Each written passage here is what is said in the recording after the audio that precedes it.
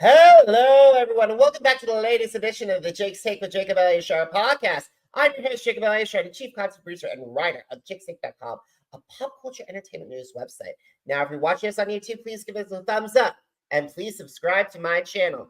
If you're listening to us on any of our audio platforms, please download this episode and more episodes, and please leave a 5-star rating and some comments if you like them. I'm very excited to welcome this incredible person on today. She began as a briefcase model on NBC's Deal or No Deal, but however, she's the creator and founder of World Animal News, and also is the president and founder of Peace for Animals. This award-winning filmmaker has also created 2 documentaries, Kill Me Shelter and Why on Earth. So please let me welcome Katie Cleary to the podcast. Hi, how are you? Thank you for having me on. Katie, it's a privilege to have you. Thank you so much for taking time to schedule to talk with me today. I really appreciate it. Of course, absolutely. Absolutely. Alrighty, Katie. So when did you get interested in performing, and how did that passion evolve into desire to enter the entertainment industry? Well, I began when I was about 11 years old. So in Chicago with my mom. And, she never wanted me to get involved in modeling and acting. She just thought it was a really tough business and you've got to have thick skin. So I thought, I'm going to do it anyways.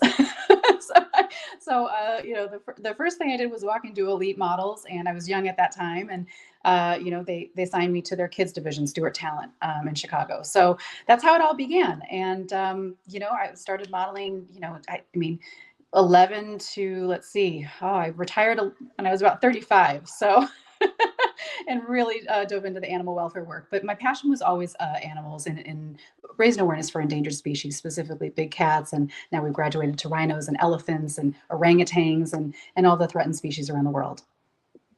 And you do incredible work in your animal activism, which we'll get to in a minute. But first, I would love to, many of my audience might recognize you from the opportunity from starring on NBC's Deal or No Deal as one of the iconic briefcase models. So, first of all, how did you hear about this position, and what were some of your favorite memories working on this set of this iconic game show? Well, it was actually amazing. I was in college and I actually auditioned for Top Model. That was the first thing I did, the first big thing I did. So I was on Top Model the first season, and then I met this amazing girl, that's still a friend of mine today, Lindsay Klubine, who you might know, who's 26 on Deal or No Deal, and she said, you have to move out to LA. If you really want to dive into this business, move out to LA and give it a shot. And literally 3 days into moving out to LA, I walked into an agency and they said, there's a show called Deal or No Deal. Would you like to audition? So I went into the audition, and actually Lindsay had said, that she's going to possibly be on, the first season. And so she said they're looking for girls as well. So went into the audition. They asked me what I had done before. So they wanted, some previous experience. I said I did Top Model, and they said a couple of days later, they said, you're hired. So that's how it happened. And they were looking for personality, of course, because, the girls, have to engage the audience and there's a lot of interviews afterwards, and it was a big stepping stone for us. It wasn't just opening a briefcase and being a part of a game show for 4 years. It was really a lot went into it. We went on Oprah, we were on, so many other shows. I mean, I can't even, I can't even remember half of them, but it was an experience.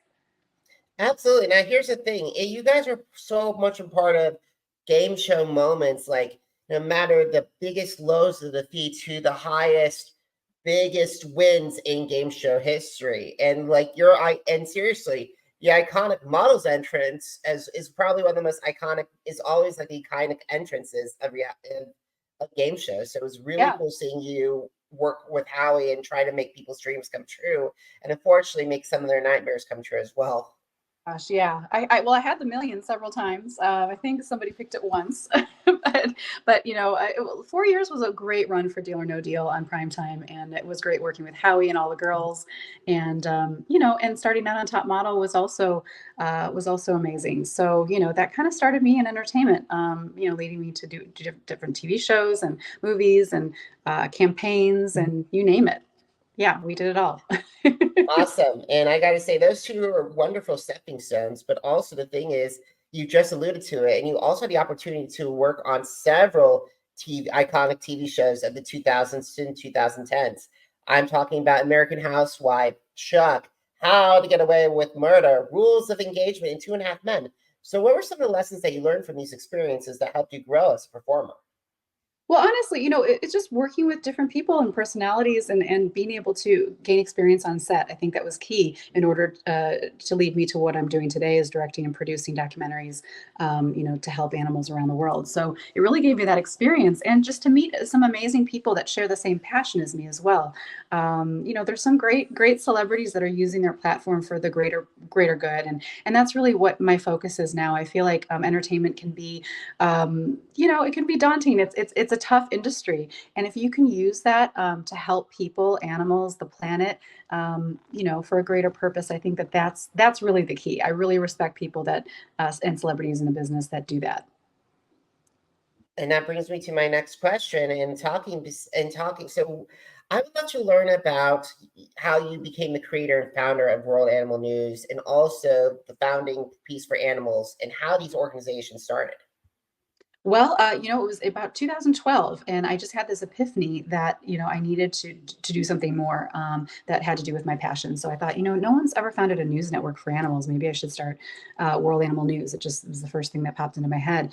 And then I wanted to start a charity as well for endangered species, and started with big cats and tiger conservation. So my passion growing up was big cats. So I started Peace for Animals around the same time. And then, it was really an epiphany I had one morning. I have a tremendous faith in God and Jesus. And I thought, you know what, I have to take these messages seriously. And I get them, not all the time, but often. And sometimes we don't listen to those little messages, but it's important to listen to them, especially when I started in 2012. So, I thought, why don't I do a documentary? And so I used my savings from a commercial that I did for Proactive that kept airing for 7 years, Oh, and I wow. visuals to produce Give Me Shelter, and then sold it to Netflix in 2015. So that was a big chance. Everyone thought, "Wow, I cannot believe you're using your savings to do this. Why are you doing this? It's a mistake." And I said, "No." I said, "I have to trust my gut. This is for a greater purpose. It's for the animals, and this story needs to be told." So it took me about 3 years to produce and write Give Me Shelter, and then Netflix picked it up. It was great. Which is wonderful. And next year marks the 10th anniversary of the Netflix documentary, and not to mention award-winning Netflix documentary. So, Yes. what is Give Me Shelter's legacy, in your opinion? I would say, gosh, that's a tough one. That's a good question. I would say, oh gosh, because it's my first documentary, it just shows that, if you take chances that are to benefit something greater than yourself, they usually work out. If it's like I said, if it's for the light, if it's for something positive, if it's to help a cause, or whatever the cause may be. My cause being animals. I feel like taking chances and doing things for the right reasons uh, is what I learned. And I'm going to continue to do that, just like I'm doing with the wolf documentary, Protectors of the Wild. Oh, nice. We'll get to the wolf documentary in a minute. I would like to talk to you about Why on Earth, Yeah. because your latest documentary, Why on Earth, features a global travel adventure that features the talents of, it's been an amazing ensemble you assembled. John Sally, Shannon Elizabeth, one of my all-time favorite actresses, Kristen Bauer, Maggie Hugh, and of course the legendary Clint Eastwood. So, how did you assemble that team together? Honestly, it's just through, my friends and connections in the entertainment business. And like I said, it's great growing up in an industry that also, has people that share the same passion as me. So I just asked my friends to be involved, and they said yes. And a lot of them helped us on pass legislation, the Cruelty Free Cosmetics Act in California, which is an amazing triumph that we, highlighted in the documentary. A lot of them, are plant-based advocates. They're conservationists. They love, their passion is to protect endangered species, rescue dogs and cats from shelters, and find them homes. I mean, you name it. We kind of cover it all in Why on Earth. And then I asked, Clint Eastwood's daughter, Allison, who's a friend of mine, who started Eastwood Ranch around the same time I started Peace for Animals. And I asked her, would your dad want to be involved and interviewed in the second documentary? And she said, yeah, I think so. So we went up to the ranch, and he gave us, many hours of his time, and it was great. It was right before the pandemic hit, and we're so blessed that he said yes to be in the film. So Yeah. And to have that kind of empowerment, to have someone at the caliber like Mr. Eastwood and everyone else's caliber as well, because it must have been amazing to film and to prepare all these interviews and talks with them and showcase their work and showcase them in action. It was incredible, and I think that I think everybody in the film would probably be they're also involved in entertainment, of course, but I think like me, their main passion is animals. So that you get to do the best of both worlds. You get to have fun and act and host and model and do all those things, and you get to be a voice for the voiceless. So it's a win-win. So this adventure takes the viewers around the world. So what were some of the most interesting parts of filming on these different continents? It was very challenging. I would say Africa was probably the most challenging, and Borneo and Sumatra, because you're in the wild. You're with these animals. You're trekking through the forests. You're hoping that you don't get trampled by an elephant or or a rhino. But it's just you're putting yourself at risk, and but calculated risk, making sure that, we're surrounded by a good team. We've got people looking out for us. So I would say that was, I think that was the hardest part of making those documentaries is it's very tough on your body if you're not used to it. You're just, you're not in your usual routine. So you're really having to kind of, not rough it all the time, but rough it sometimes. And, there's a couple times where I'm like, oh gosh, I hope I make it back because, because we're like in a boat paddling 2.5 hours up a river with crocodiles all around us and, and no reception and, yeah, staying in little cabins in the middle of nowhere. And there's wild animals all around. So, but it's worth it because that's the way you have to be immersed in it in order to tell the right story, to engage audiences, to help save these animals.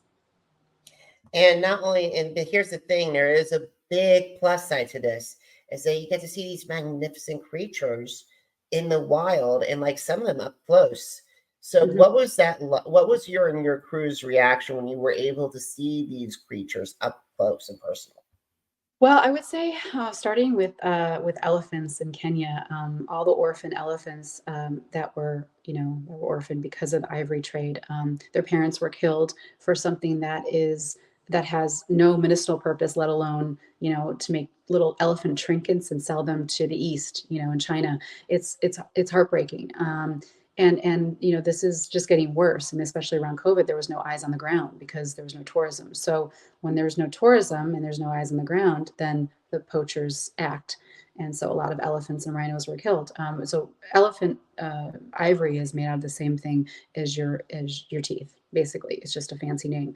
And rhino horn is made out of the same thing as your fingernails. So with rhino horn specifically, there's no medicinal purpose, but they use it for ancient Chinese medicine. It's just heartbreaking. And you know, the fact that these animals are orphaned and these people are dedicating their lives, these heroes on the ground are dedicating their lives to saving them from extinction is, you know, it's the most heroic thing. Sorry, it's the most heroic thing that I have ever witnessed, truly, to see these baby elephants running towards us because their keepers have a bottle, a bottle of milk for them. And these elephants think that the keepers are their parents. They have to stay with them 24 hours a day for years on end because that's what a mother elephant would do.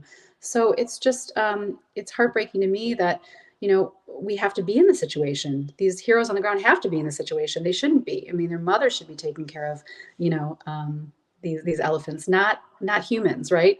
But we have to step in because of all the harm that we've done to our planet and each other and the animals. So I respect them, and that was the most impactful thing I would see. Seeing these baby elephants run up and being right behind their keepers, and each of them holds a bottle with their trunk.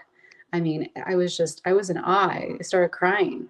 And then another impactful moment would probably be being at Sudan's grave, the last northern male white rhino on the planet. There's only two females left, but they're functionally extinct as a species because there's no males left, sadly, to keep the species going. So to be at his grave and see the damage that we've done to these species that have been here for millions of years, it really touched my heart and it broke my heart at the same time. But if you guys watch Why on Earth, you'll see how emotional it is. Not graphic, I would say. We wanted people to stick with the film to continue to watch it. So, it really educates the viewers around the world, that there's more out there that we need to raise awareness for and be advocates for. Absolutely, absolutely. I want to talk to you about are there any similarities and differences between Why on Earth or Give Me Shelter, like how you went about like the creation process for each of them? Yeah, so Give Me Shelter, like I said, I use my savings to do it. So I didn't have a budget, so I just kind of went along and filmed, a lot of the interviews. It's interview based because we weren't able to travel because of the funding. So I would say Why on Earth, the new one with Clint Eastwood, we had the funding through my charities, so we were able to travel to Kenya and Zimbabwe, South Africa, and throughout Indonesia and Mexico to capture these animals in the wild. So Why on Earth is like a follow-up of Give Me Shelter, the first film, covering shark finning, illegal wildlife trafficking, legislation to help animals around the world, the ivory trade, the rhino horn trade, deforestation, the plant-based movement. We cover everything. That's amazing. That's amazing. Have you guys thought about what comes next? For example, have you thought about going to Australia or Thailand or some other cultures that have, or Siberia, because especially with some of their animals have been getting closer to extinction? Yeah, absolutely. So right now, I literally just got back from filming my wolf documentary. So like I said, I have tremendous faith in God and Jesus, and so I literally prayed. I thought, what is the next documentary? I think it needs to be about one species now because we've covered everything else. So I said, what's the species that is most not only under threat but most vilified? That we need to change the narrative for. That's being hunted to near extinction in the U.S. There's only an estimated 5 to 7,000 wolves in the continuing United States, not including Alaska. So, we got asked to be a part of the Relist Wolves campaign 3 years ago. So Peace for Animals has been a part of that to relist wolves on the endangered species list in the Northern Rockies where they're not protected. And now we just found out that they want to delist wolves and take them off the endangered species list in 48 states in the U.S., which is heartbreaking. So we're fighting that. So being a part of this Relist Wolves Coalition is really how I started. And before that, the day before that, I went into a store and I saw this wolf ring. And I thought, I need to buy this wolf ring. And so I thought it was just so iconic having this wolf ring that, I've been wearing for 3 years. And then the next day getting a call about the Relist Wolves Coalition. I thought that's got to be a sign that the next documentary is Protectors of the Wild about wolves. And that's incredible. That's incredible. I know we got to start slowly winding down our conversation, but how can my listeners or my viewers get involved with Peace for Animals or with World Animals Now?